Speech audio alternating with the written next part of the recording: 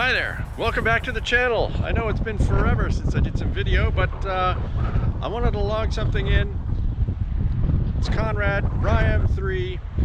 Please like and subscribe if you like the video. I know I haven't produced the content in a while and it's mostly been BMW, but here is something different. I wanted to continue my theme of doing videos that highlight what the other reviewers missed, and today I'm going to capture something on my 570S 2019 McLaren Spider that I think you guys may find interesting.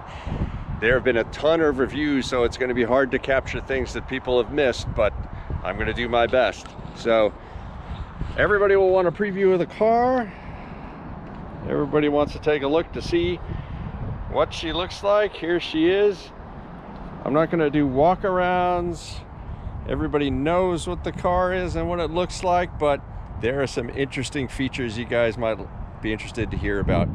First of all, this is what McLaren calls fire black. And I think this even comes out in the video. You can see the red metal flake in the paint. I don't know how other reviewers have highlighted this very much, but McLaren's do an incredible job with different paint finishes. So if you look for one, get something with interesting paint. One of the things that I'll highlight immediately is an interesting point that the engineers did a great job of coating this car, and I'll be showing you some of the highlights of the features that are coated in the car. Execution, people could question, but the features that it has programmed in it are pretty incredible. And I think everybody has seen how you open the doors, but I think fewer people have seen the way the car locks. You can reach under here, push a panel, and the car will lock. It is pretty cool. And of course, when you have the key in your pocket, all you do is push the button and it unlocks the car. And what is cool about the features of locking and unlocking is that everything is programmable. You can program to have both mirrors fold, to have it blink, to have the horn go on, to not have the mirrors fold. It's just very well done. Hopefully you can see the fire black paint here in the sun. Very cool, very cool. So, I mean, that's one of the cool features about this car. This is a Spider. The top comes down nicely. Everybody knows how quickly it comes down. Executed really well. My car really doesn't have squeaks or rattles. Everybody knows that's because of the carbon monocoque. So that is just another great feature. To be able to have a Spider and have a car that doesn't flex and make a lot of creaking sounds, that is a huge plus. Of course, everybody would love to hear a startup. It's not a cold start. The car has been warm, so I'm going to give it some revs. Here is one of the things about this car that is interesting.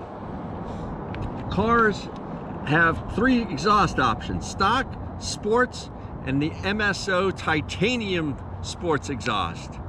This car has the MSO titanium sports exhaust.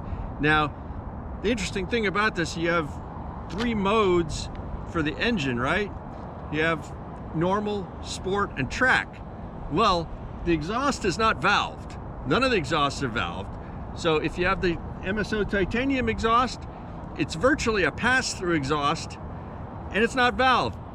So it is full on all the time, no matter what. You probably hear that in the car, but at low RPMs, as you would expect, it's gonna drone. But when you open it up, it's gonna rip. So here's a quick startup and some revs. Hope you enjoy this.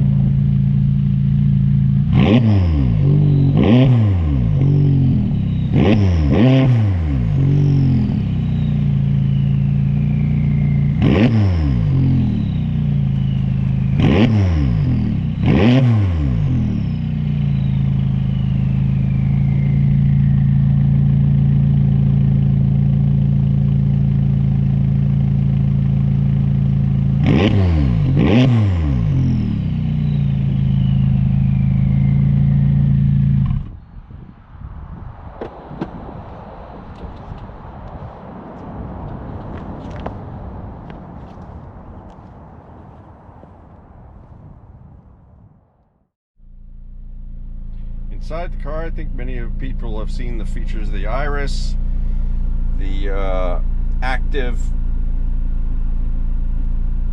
modes for suspension and for the motor.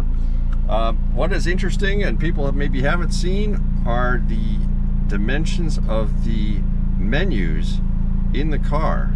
It is pretty amazing. Here you see some of the menu selections. This is the basic trip or journey menu, the information menu. Here you see the service interval, error messages, tire monitoring, oil status. I mean, here you have water temperature, oil temperature, and your fuel gauge, but all the way to battery status. You see how long you have to have the car for charge, service due in 73 days.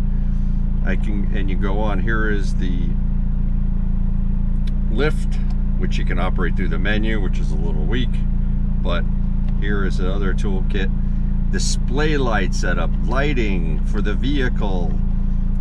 For the vehicle, valet mode, performance shift cue, you can have it beep when it hits red line, navigation, door locks, whether you auto door lock, manual door lock, just the driver's side. Fold mirrors, do you have the mirrors fold when the car is locked or not? You have a speed limit activation. I'm not sure why I have that on. Now we turn that off, but you'll notice that you turn things, a road speed limit, you turn it off. I love this. You have to go in the right way, have to turn it off, and then you have to push the button to make it register. It still doesn't work. It's so odd the way the thing works, but the options are incredible. There you get a taste of the options. There's the navigation. You see on the other side the status of the temperatures of the differential, the oil, and the water temperature. And then going back to the basic McLaren menu. But they did a great job of programming these options in the car, and it makes it really incredible to get into, and is a real interesting dimension in a car like this. So I wanted to include in the video a drive for sure, to show everybody the drive. I think one of the things that the other reviewers don't point out, I think the acceleration, the handling, the hydraulic steering, everybody's heard about this and heard how well that operates. What is amazing is the ride quality. I leave the car, the suspension in sport versus normal most of the time. The ride quality is really comfortable. The car is really amazing. It is surprising how well they engineer a stock suspension for a car that rides on 19s and 20s in the rear. I'll put the top down so we can see that in operation as well. And they also did a great job with the factory heating and air conditioning. When the car is in motion, today is not exactly the best day. It looks beautiful outside, but it's only 40 degrees. They did a great job of having an automatic air conditioning that keeps you warm even when the top is down and it's very cold outside. You're in a nice little cocoon of warmth in the car, which is great. You don't have to touch anything. It's on automatic, 70 degrees, works perfectly. What reviewers also haven't pointed out is that when you start the car, most cars have a brake switch for the start button. This car is the same, but instead of having a regular brake switch, this is actually pressure actuated. So if you do not press hard on the brake pedal, it will not release the start button. I remember being in a car initially, I pushed on the brake pedal and wondered why the car wouldn't start multiple times. Pushed on the brake pedal, car wouldn't start. You really have to press on it enough for the pressure actuation to release the start button so the car will start. So here we go. Let's get it activated. Push the start button. There we go. The car is warm, so warms up quickly.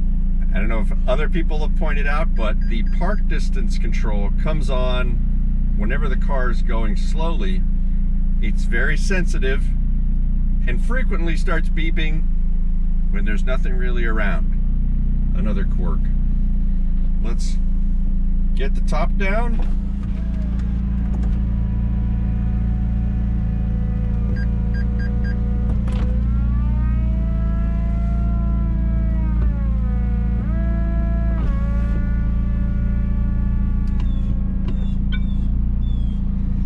And I'll say, in respect to reliability, I've had really good success with this car. Several thousand miles. It has 27,000 miles on it.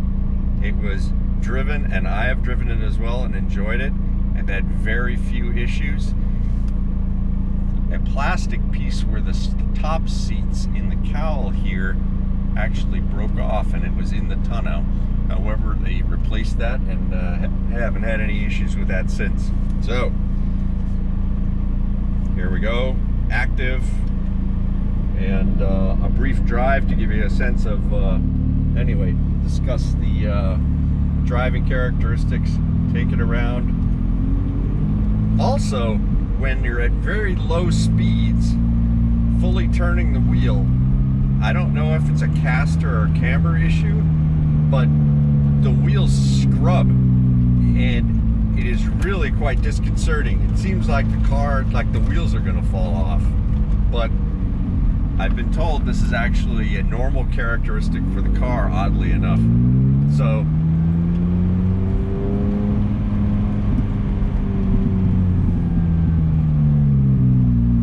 it is a little curious. The car really only kind of burbles in first gear.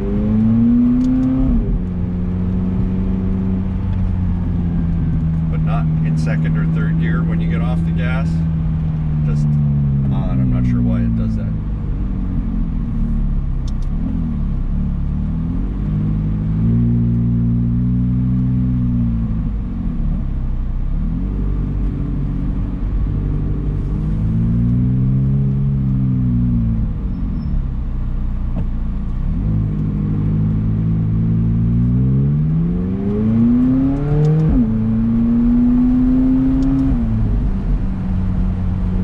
Also interesting feature is that some people may have talked about this, but indeed there's turbo lag in these cars. If you're on the highway and it has up to 7 speeds, so you get pretty decent mileage, if you're in 7th gear and you floor the car, you're going to have a hard time passing a Honda. You really have to drop gears in order to get the car to move.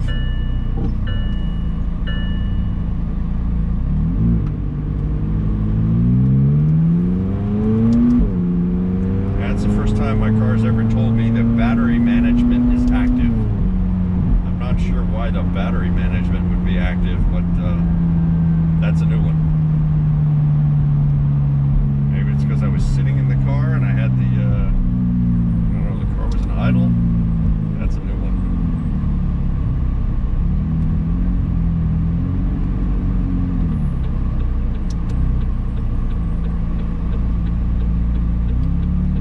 If it's apparent on the video, but now the heater is really coming on full, because I have the top down, and it's, well, we got up to 48 degrees today, so not too bad.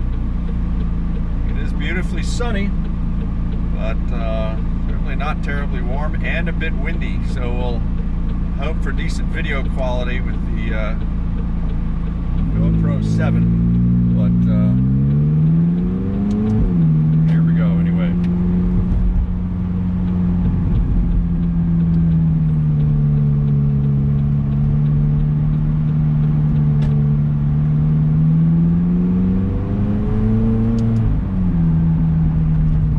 the other benefit of having a convertible, as most people would know, and I mentioned before, of course, McLaren has the carbon tub, so you really get no cowl flex in the car, even though you have the top down, but it's not a full convertible, it's a Spider, so the air buffeting is really not that bad.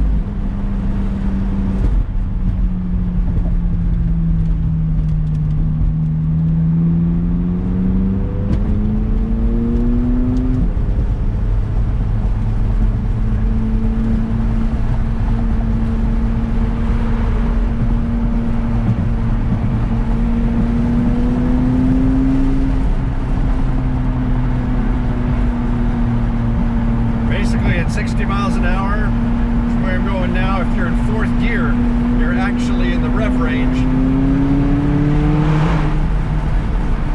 I suppose that came across the video. If you go in an underpass and it's got this MSO titanium exhaust, it is loud. Now I'm in 7th at 65. You really have to be going at least 80 miles an hour to take the drone away with the exhaust. But once you hit about, if you're going 80, you're able to go 80 someplace. You get much less droning.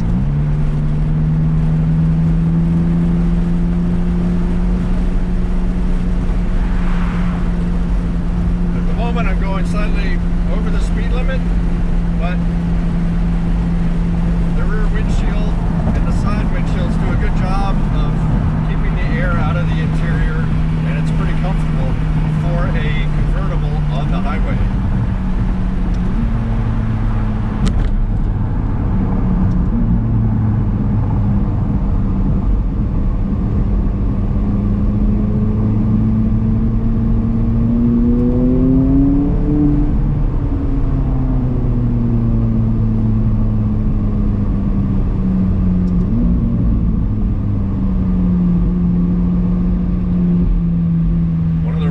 Doing this video is because this is one of the last days I have with the car. I'm going to be trading it for a Artura, which is another story, but that never gets old.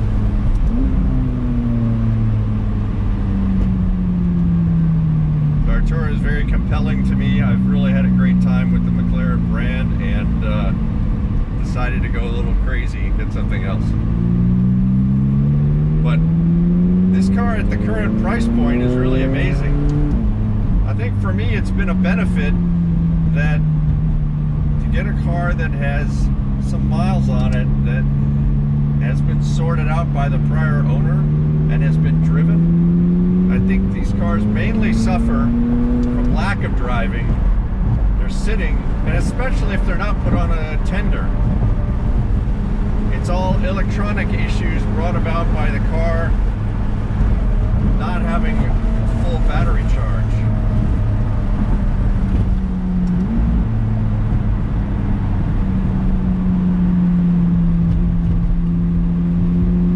I mean, the handling is amazing. And what is a bit surprising is the car is riding on 225s in the front and 285s in the rear. So it is really modestly tired, yet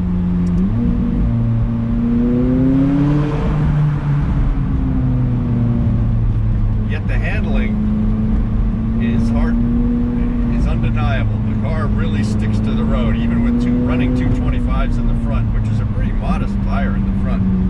There's really no noticeable understeer. I will say that the Spider does have an issue with visibility because of the buttress in the rear. So certain merging is challenging. Otherwise, visibility is excellent. I think people have talked about that enough. Front visibility, rear visibility is actually really good.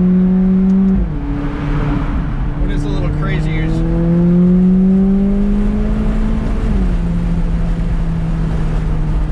that's why I point the camera in this direction so you can't see how fast the speed is, but the car is incredibly quick. I think when you watch Doug DeMuro's video, all he does is say, this thing is fast. And really, there's no denying this car is fast. With almost 700 horsepower, it's a 570, almost 600 horsepower. It's hard to deny that 600 horsepower is enough. Artura with 700 is even crazier, and you do away with the turbo lag, but the turbo lag is really definitely present in the car. Below 4,000 RPM, the car is pretty flat.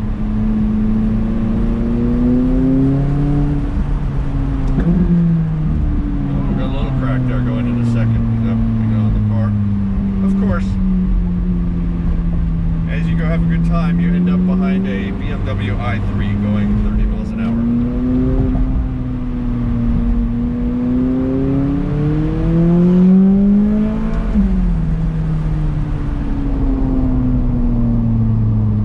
Is a grin machine, no question about it.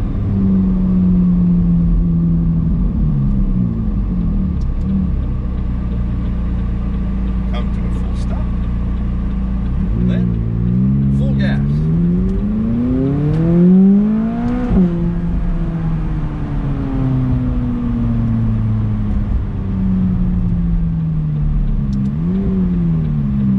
The Arturo will be fun, but I am going to miss the Spider, no question about it. But sacrifice that for the ability to be quiet in the neighborhood in electric mode.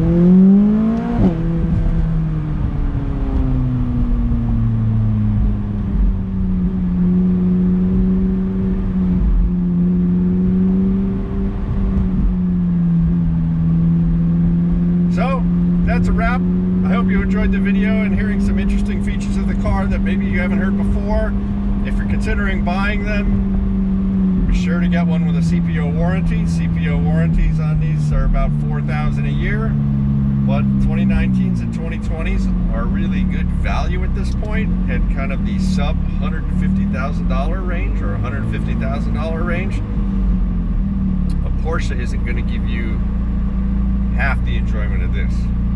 They are really fun, and I think they can be reasonably reliable. Be sure you have a good dealer that's close by that can give you good service. And I have one that's pretty close that's given me good service. So I would highly recommend it. The cars are incredibly fun and really enjoyable. Thanks. Please like and subscribe, and look forward to producing more content soon. Thank you very much.